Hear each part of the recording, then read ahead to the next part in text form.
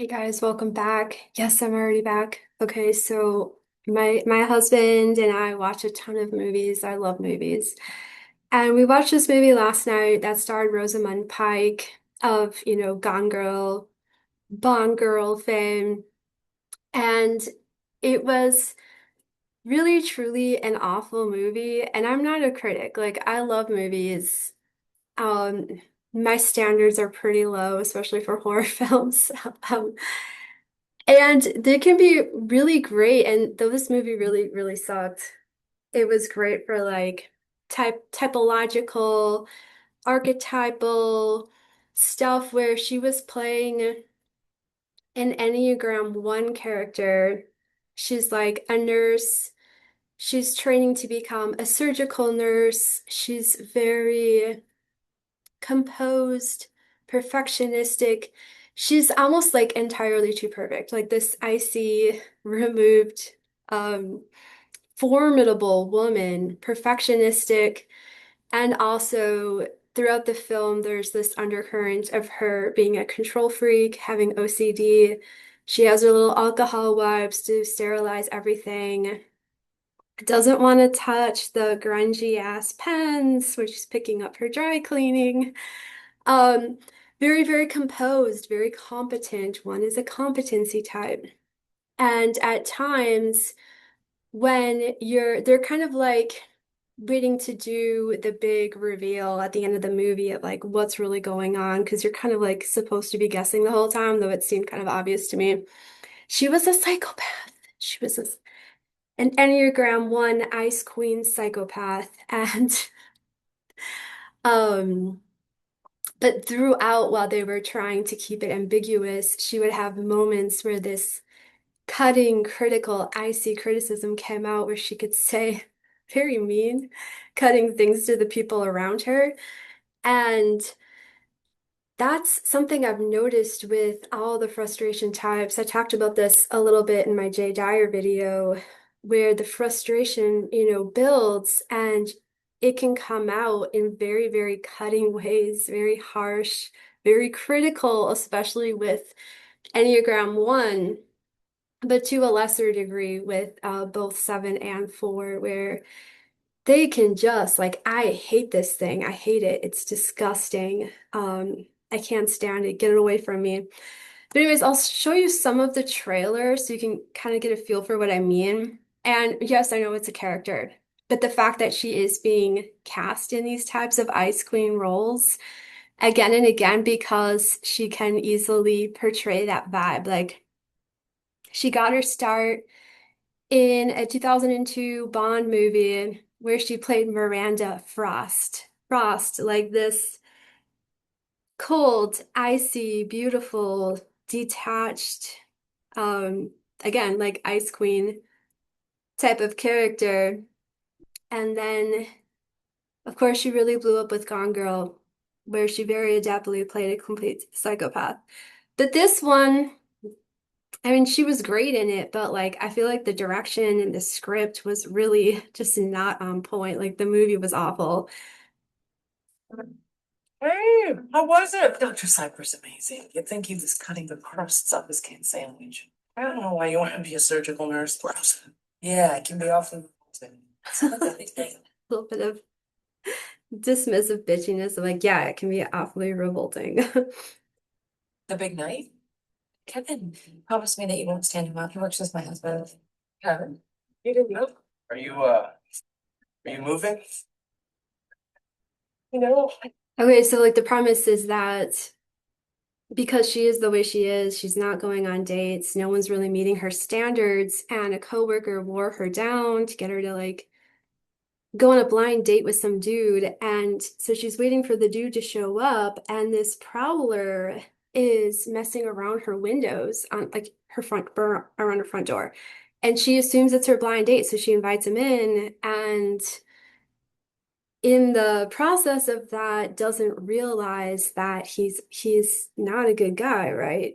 Um, and she gets assaulted, can't say it because of the algorithm, but she gets violated, which is really, really horrific. But I think especially if you are like so rigid and so boundaried and OCD, like being violated like that would be the worst, absolute worst nightmare imaginable. I should finish going. Unlock my door.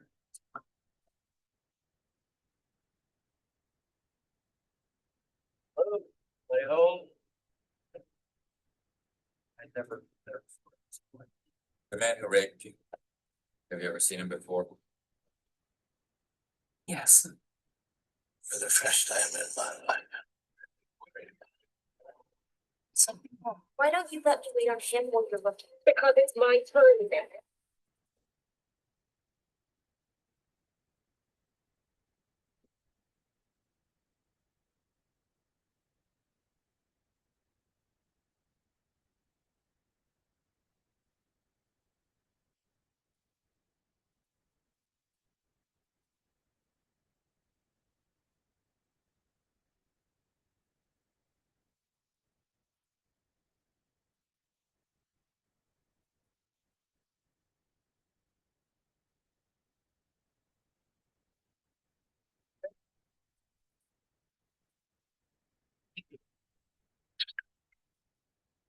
The 7-year-old man. I made him. It can't be undone. Option. Got it?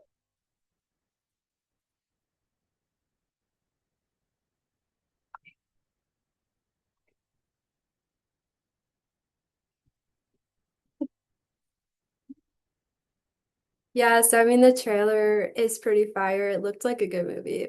Unfortunately, it just wasn't. But so anyways, you're kind of left to wonder the whole time, like, what is she up to? Why is she reaching out to her attacker? And then ultimately, it's all a means of like taking back control and making him feel as like violated and out of control as she did. And yeah, just like totally like an Enneagram 1 movie if you want to check it out. But I thought this is a really recent interview that she did, and I thought there was a lot of good stuff typologically. So I was just curious, right? I'm like, she's playing all these like one wing nine types of characters. Is she actually a one wing nine? And I think that she is. And the film was an absolute bomb. I mean, I probably could have ended my career. I mean, it was just probably one of the worst films ever made. We had a huge love affair. We were very, very in love. We had masses of adventures. We were very wild. And then it all fell apart. And when it falls apart, everybody thinks, oh my God, what is it? Must be an affair, polygamy, drug. So one thing that I've also noticed about her, and some of these are like just like qualia things, but she's very composed, very regal, commanding, um, very proper. Like she always looks perfect. Like her outfit is really on point. I checked out that one. Checked out some of her red carpet looks, and like this one here looks really, really bad on her. She must have been having an off day. But normally she looks just like that looks perfect to me. She looks beautiful. She's bright. Obviously very, very appropriate. And I'm not totally sure of her instincts yet. I was thinking either probably SOSP or SPSO, but some of these looks do look more contra to me like this. I don't know where she was at, but part of the thing with instincts is like there's synflow and then there's contraflow, and synflow is kind of like warm, immediate, kind of like inviting you into their space and their life. And then there's something about contraflow, which being can be kind of like harsh and monochromatic, like this look here. And she doesn't really look super warm, friendly, or approachable. She's like a living statue of a human being, like especially here. And some of it's like, well, how much of like is she being dressed? Are these outfits being picked out for her? But I mean, she's totally pulling it off in a way that she is wearing the dress she's wearing, the look. It's definitely not wearing her. And she also always like, I don't think anyone would ever describe her as looking like unkempt or messy. Like, so you can pretty much, not that like social blinds have to be, but she always looks perfect, presentable. Um, every single detail is attended to. Like right here, if you can see, she's got like black nail polish, but it's balanced with like her bright blonde hair. Of course, she's got perfect white teeth. Scandal. But then you realize that actually you're free in a way because you think there are so many other templates of what life can look like for a woman. I'm the center of attention so often. I don't need a wedding. I'm quite a coward, really. And I like to play brave people because I like to pretend that I'm not. And welcome to How to Fail. This is the And like I definitely wouldn't see her as being a coward, but she's very self-critical in that one-ish way. podcast that believes every single failure can teach you something meaningful in the fullness of time. Before we get on to this, And this lady totally has like a Keira Knightley thing going on. Like, oh my gosh, it's gorgeous. conversation, please do remember to like, follow, and subscribe so that you never miss a single episode. My guest today is known for her screen and stage portrayals of morally complex characters, the kind who are intelligent, watchful, and often ever so slightly unexpected. In her own life, Rosamund Pike embodies a similar sense of delightful ambiguity. An English And her face there, she's like cringing on the inside. The one-ish super ego stuff, probably incredibly self-critical. Rose, who speaks Mandarin, a stage school reject who became an Oxford graduate, an actor whose long-term partner is a mathematician, whose sons are called Solo and Atom, and who is creative director. Okay. There's like elements of her life where it's like impossibly perfect. She's doing everything right. She's doing everything well. Competency. One, Enneagram 1 is a competency type. But she named her children Solo and Atom, which is very, very weird and eclectic. And one being an idealistic frustration type, especially with like one wing nine, it can be really, really eclectic. And I'm not like super settled yet, but I was thinking that she's probably like the 137, 173 tribe, the startup EU terminology, because she is so eclectic and they'll get to this here, but she started an app where she's guiding people into like altered states of consciousness. For a consciousness altering meditation app called Illuminate. Such eclecticism is a legacy, perhaps, of a bohemian childhood. Pike's parents were classical singers who took her backstage from a young age. At 11, she won a scholarship to a Bristol boarding school. By 16, she was at the National Youth Theatre, where she busked playing the cello. That's kind of like Gone Girl coded, and I just wonder how much like David Fincher, who cast her, like saw her as being able to play this role of Amy Dunn, who's like this perfect child prodigy who will get up and perform and be extremely polished and competent. To afford the fees. Later, she took a year off from reading English at Oxford University to pursue acting, and on graduation, landed a part as Bond girl Miranda Frost in Die Another Day. From there, her career went stratospheric. Roles followed in 2005's Pride and Prejudice, Jack Reacher, A Private War, and Saltburn.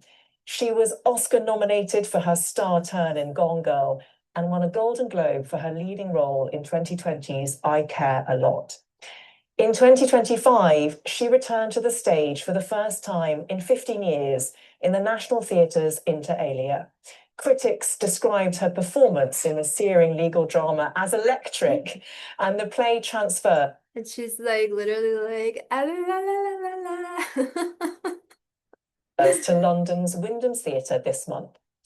A self-confessed perfectionist, Pike says from a young age that she was forensically interested in why I believed something and why I didn't, even when I sat in rehearsals with my mother.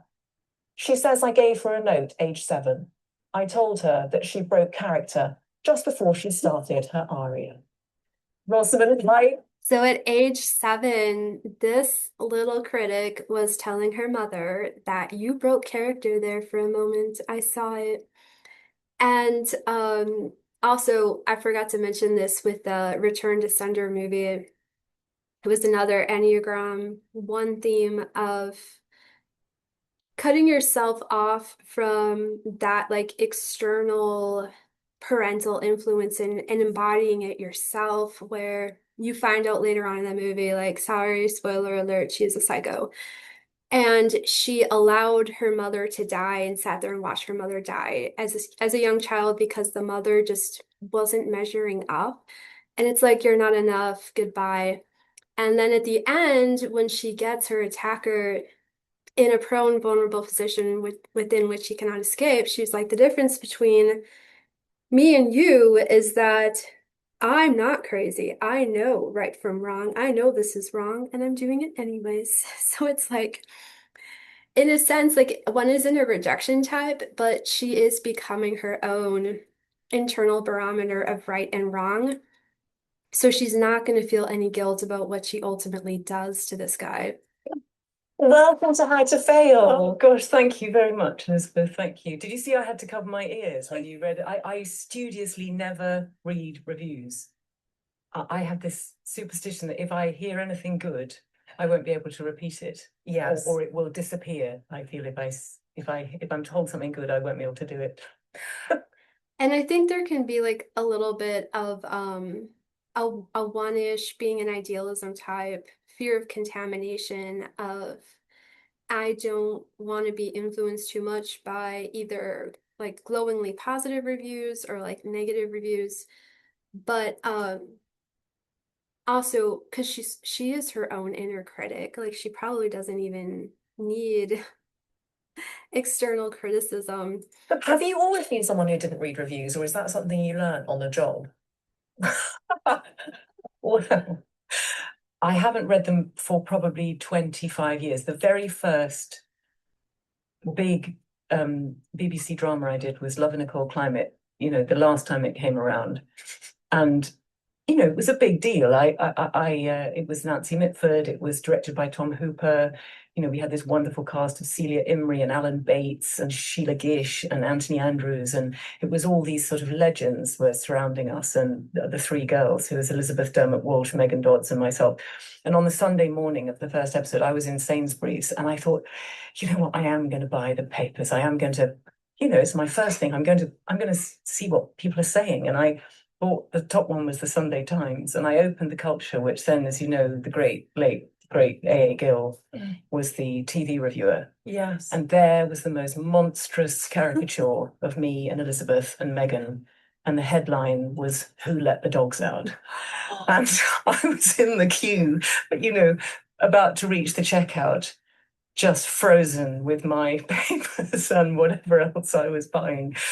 And from that point on, I have never opened a paper. I've never read a review. And I'm sure that what A.A. Gill wrote about us was very funny, as everything he wrote, and it was probably fair. And it might have been complimentary, but the headline certainly wasn't. You don't need to take that in.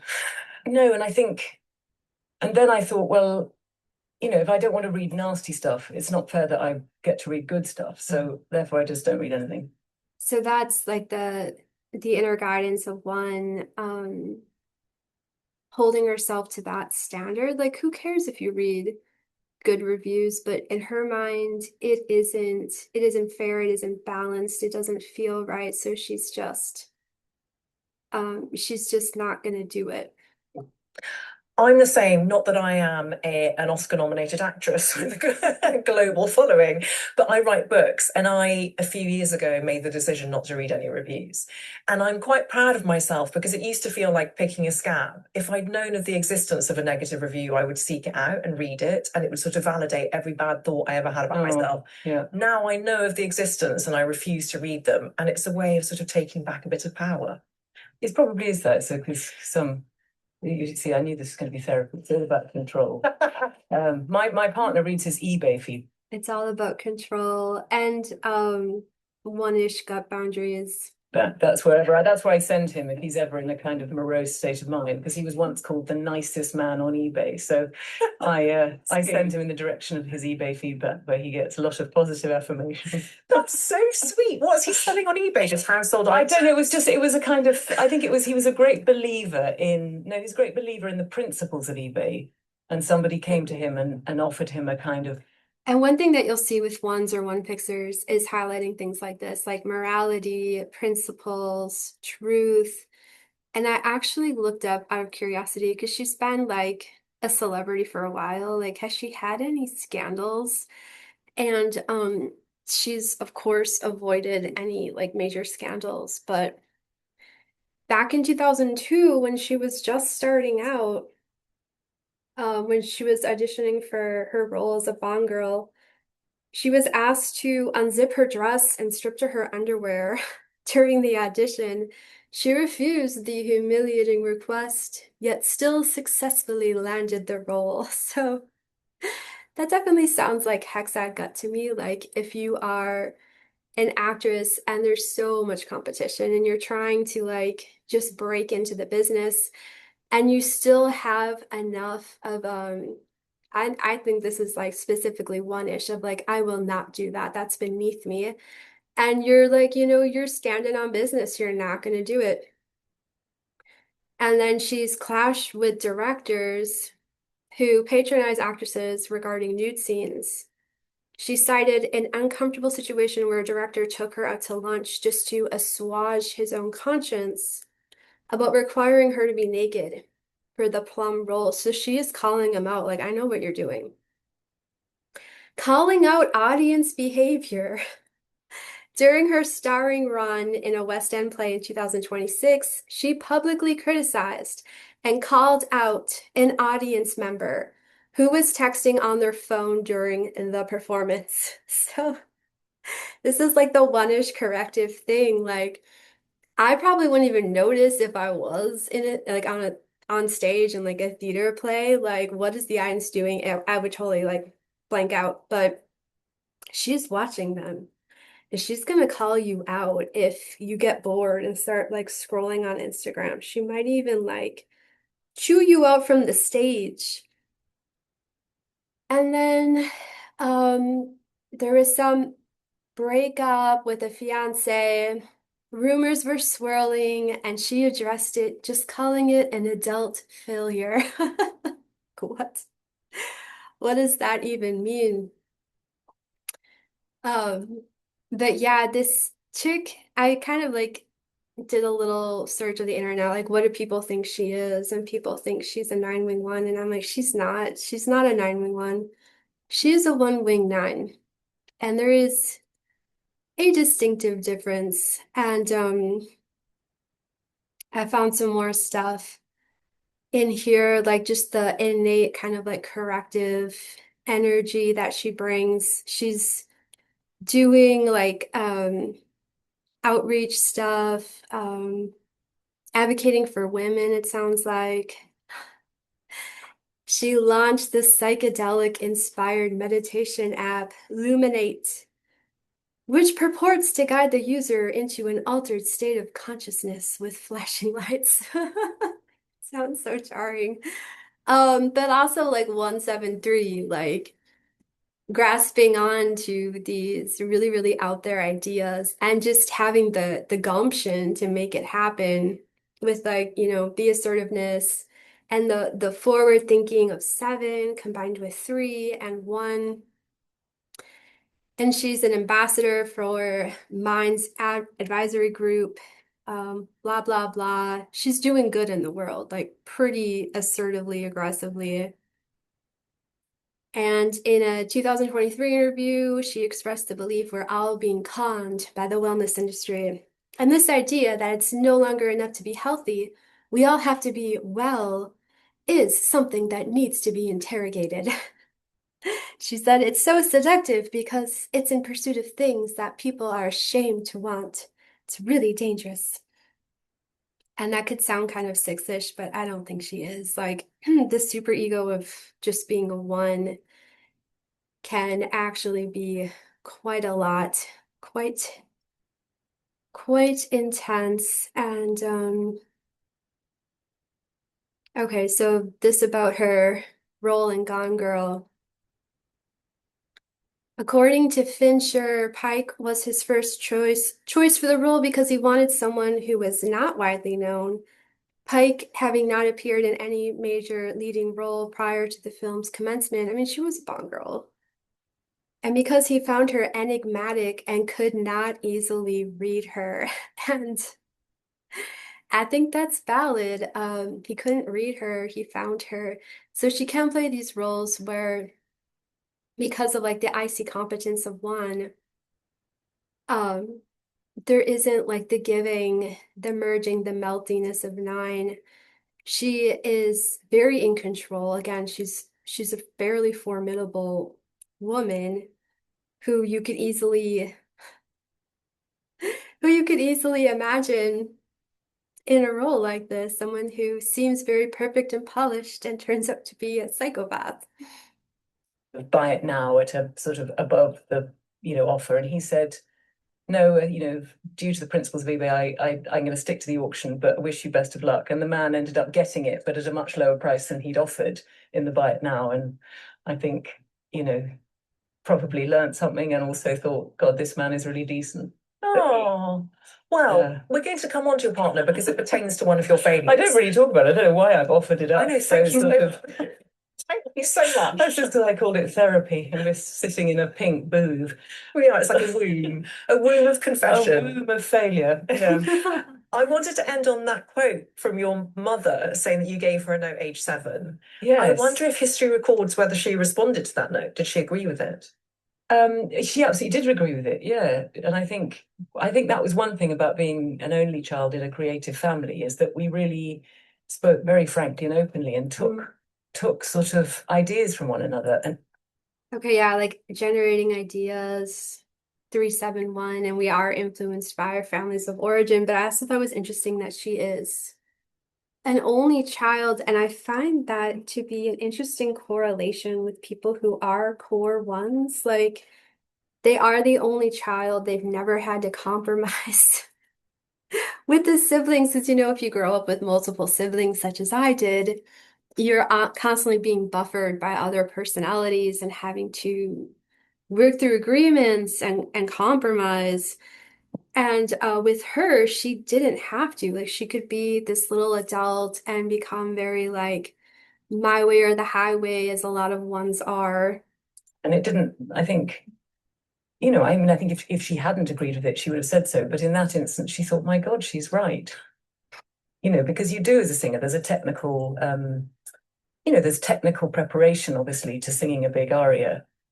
And sometimes that can take for a flash away from the character, and then I think when you kind of carry on in the business, and it's the same with what I do, there are some things that require a sort of technical, virtuosic sort of ability, but you have to sort of hide that and still be real as though you're just living it. Well, with Inter Alia, it's a play without an interval, which as an audience member, I absolutely love. 1 hour, 40 minutes.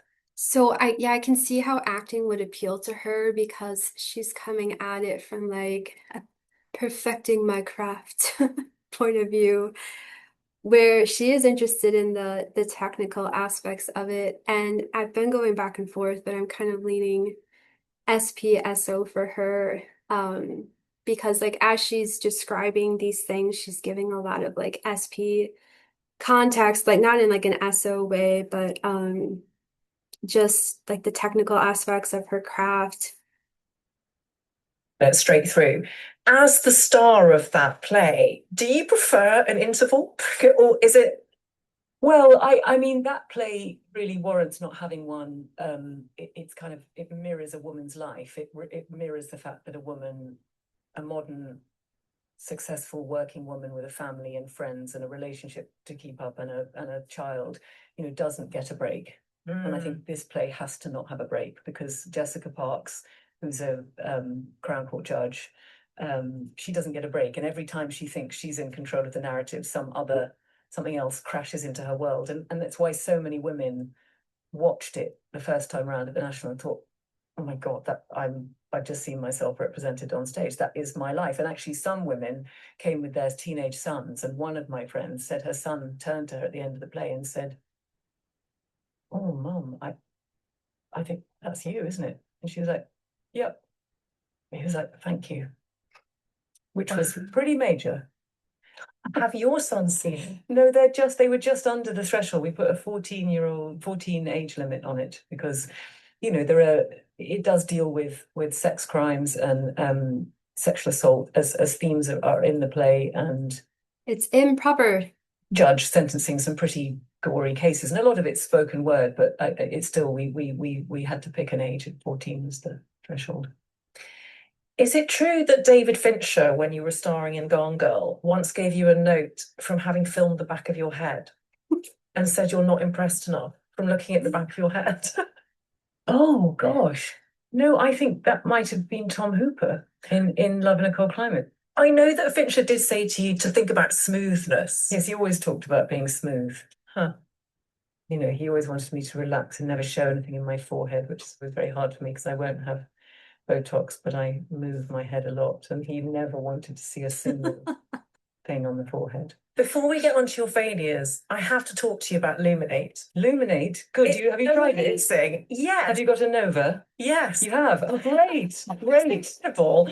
And I promise you, I'm not just saying this. No, I believe you. I've always struggled with meditation. I've always known that I should do it and never been able to really. And Luminate, for the listeners and viewers, you explain it, Rosamund. You'll do a better job. It looks like a sleep mask, and Luminate uses the process of sensory entrainment. So we use a pulsing light source, which is now encoded into the mask, and the mask will shade your eyes completely, so you're in a state of darkness, and then the light will begin, and it will pulse sort of around your forehead area, I suppose where your third eye would be, between your eyebrows. And it's an input that your brain is registering, but it doesn't compute like a visual or like words. So the frontal mode network of your brain, which is the kind of busy, what I must do today, the list making, organizing part of your brain, quietens down because it's not an input that part of your brain deals with. And other synapses fire. And it puts you very quickly and easily in touch with your subconscious. And what you see in front of your closed eyes, or your mind's eye, or your subconscious, whatever you want to see, are patterns, shapes, and colors. Now, I don't know what you see, but I know what I see. Sometimes it's geometric. Sometimes it's just a bathing kind of spiritual, sort of I'm flying towards a light. Sometimes it's swirling, more kind of like marbling. Sometimes it's jagged. Recently, I saw sort of sparkles, which I'd never seen before. And it's basically changing, I suppose, your mental state, your worried, anxious mental state into color, shape, and pattern. And to me, it's like a total. It's jumping out of me right now. This is kind of an argument also for like the 1 line to 7, where normally she probably feels such a sense of like being uptight and in control on top of things. And she literally designs and creates this app where it's taking her to this altered state of like whimsical consciousness where it's like, forget your responsibilities in your normal life. We're going to have a psychedelic experience where it's just fun and colors and sparkles. Brain reset. It's like clears the cache, clears the. Totally. And you're the creative director, and some of the meditations you'll hear Rosamund's voice. Yes. And you have a very beautiful voice for that purpose. But I just want to thank you for it because I've used it every day since I got sent it. Oh wow. And exactly in that way. Maybe she's heading for she's gonna have a mental breakdown and start killing people. It really revitalizes, refreshes, makes me feel so much more in touch with creativity and calm. That's such a nice compliment. Thank you. No easy segue to your failures, but that's where we're going next. Your first failure is your failure to learn Chinese, which will come as a surprise to many because many of us thought you could speak Mandarin. Well, yeah, I have a family who speak Chinese. My partner's very interested in China and has been for a long time. I'm fascinated by China. I have two children who speak Chinese. A large part of their early childhood, know that. Did you ever feel, or do you ever feel cool? Cool, I feel cool all the time. Do you? Yeah. I love that answer. Yeah, I feel cool. What does cool mean to you? Well, I think it means that you can go your own way. I think you can go your own way. You don't give too many. You can you can think originally. I think you've got some attitude. Yes, I think I do feel Yeah. cool. God, I Okay, love that. so again, like the one line to seven, and I do think she's seven fixed. I'm not really sure of like the order of her tribe, but she's like, of course I'm fucking cool and I'm doing what I want. Because one of your iconic roles is obviously Amy in Gone Girl, and there's this whole passage in Gone Girl, the novel, and translated brilliantly to the movie adaptation about being the cool girl trope. But I love that idea of cool girlness being embracing your authentic eccentricity in a way. Oh, you mean not what Amy says? I mean, Not what sort of- Amy says, what No, you're no, saying Amy about is no, cool. because Amy is such a sort of, she's grown up under the wing of misogyny, so she's cool in the eyes of a, it's like when you've grown up with a sort of sexist father, you end up just becoming a woman who's there to please a man. Luckily, I did not grow up with a sexist father. I think that's one of the hardest things to overcome, actually, as a woman, is sort of freeing yourself from that sexist perspective of yourself. Yes. Actually, I think cool is about being apart, is being okay with being apart, is keeping the sort of, temperature chill when, not having to kind of join in with the latest craze or kind of follow the band and, anticipate a trend, anticipate something, don't just follow it.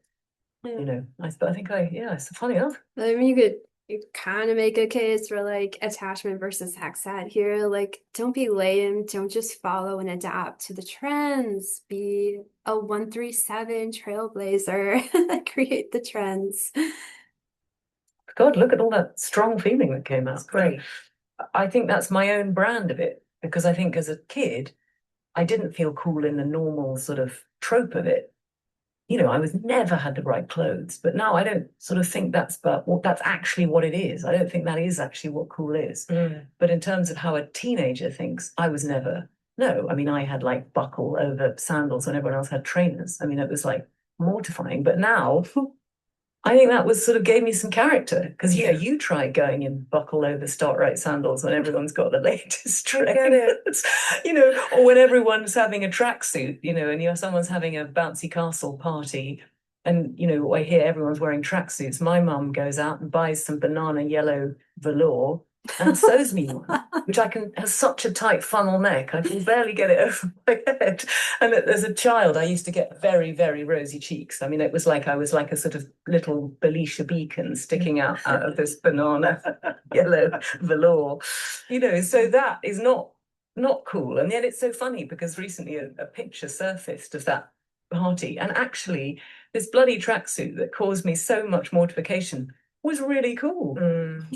Now you look back and you think, my mum actually made me something really original, but it wasn't right. That's so beautiful. That idea of that young Rosamund, the picture resurfacing and making peace of it. When I use Luminate, I get a lot of childhood self stuff. You see people. Yes. That's interesting. I usually just see pattern. I know.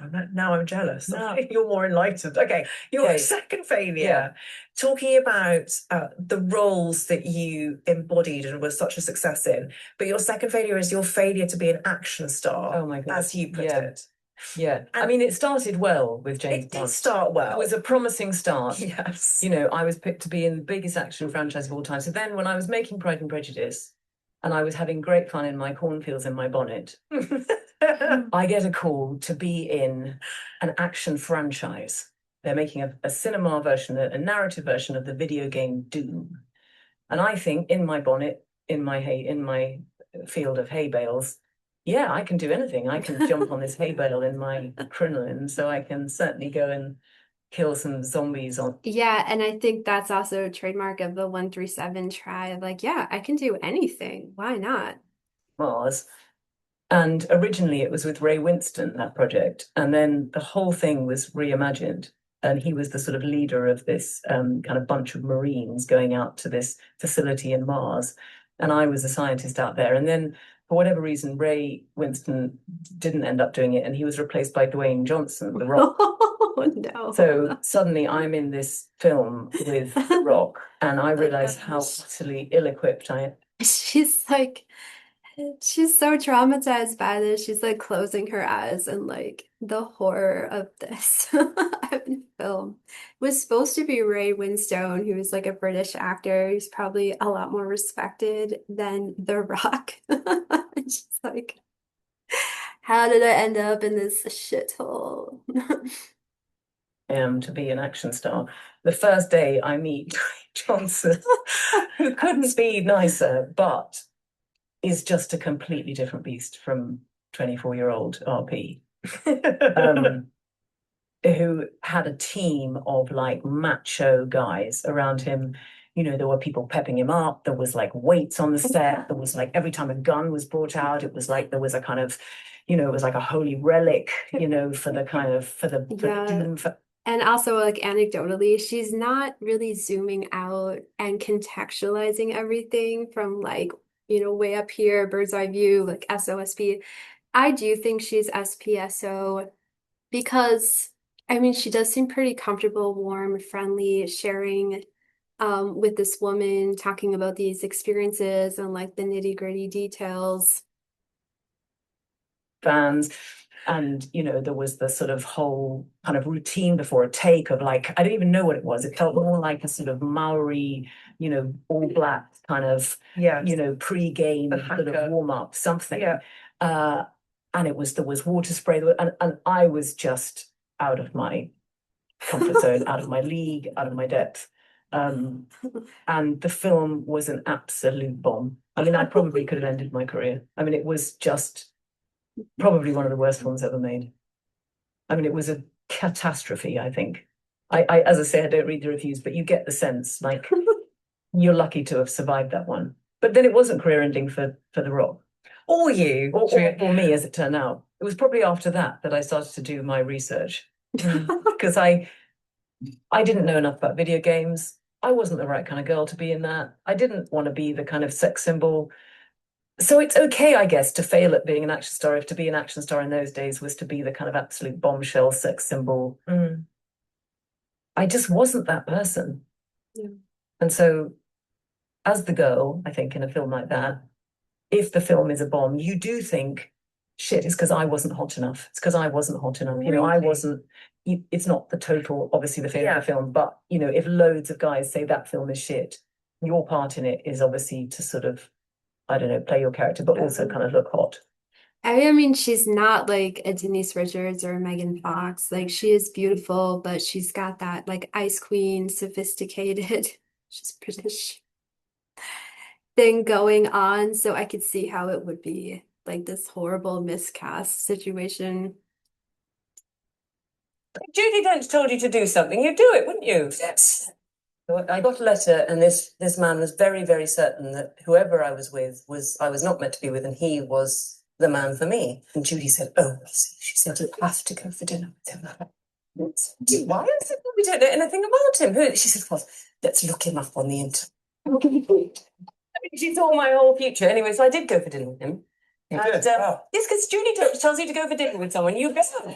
Dinner. It was lovely. I mean, we weren't together for very long. That's very brave and amazing. He did begin the conversation actually by saying, I said, we looked you up on the internet, me and Judy. He said, you probably got the story about the body washed up. I'm not joking. You probably got the story about the body washed up at my house by the beach. I said, no. If Judy Dench told you to do something, you'd do it, wouldn't you? Yeah, so I'm leaning slightly like probably secondary 7-wing-6 for her because she is playful and daring. Like she went on a blind date with like a stalkerish fan. Because Judy Dench told her to, and honestly, like I probably would have too. But so here's her Instagram. We'll just look at it. I thought this was funny. Like one. And I guess like for me, this is giving more of like SPSO, like come into my life. This is what I'm doing. This is what I'm up to, even though she is very like glamorous and a little bit unapproachable. She is a core one. Um, she does have like this, this friendly, like approachable vibe at times too, that kind of runs in contradiction to the core one. And I do think she's 3-wing 2 fixed, probably last. But anyways, I guess we can call it Rosamund Pike. She is a 1-wing 9, 7-wing 6, 3-wing 2, SPSO. Guys, thank you for watching this far. I'll see you next time.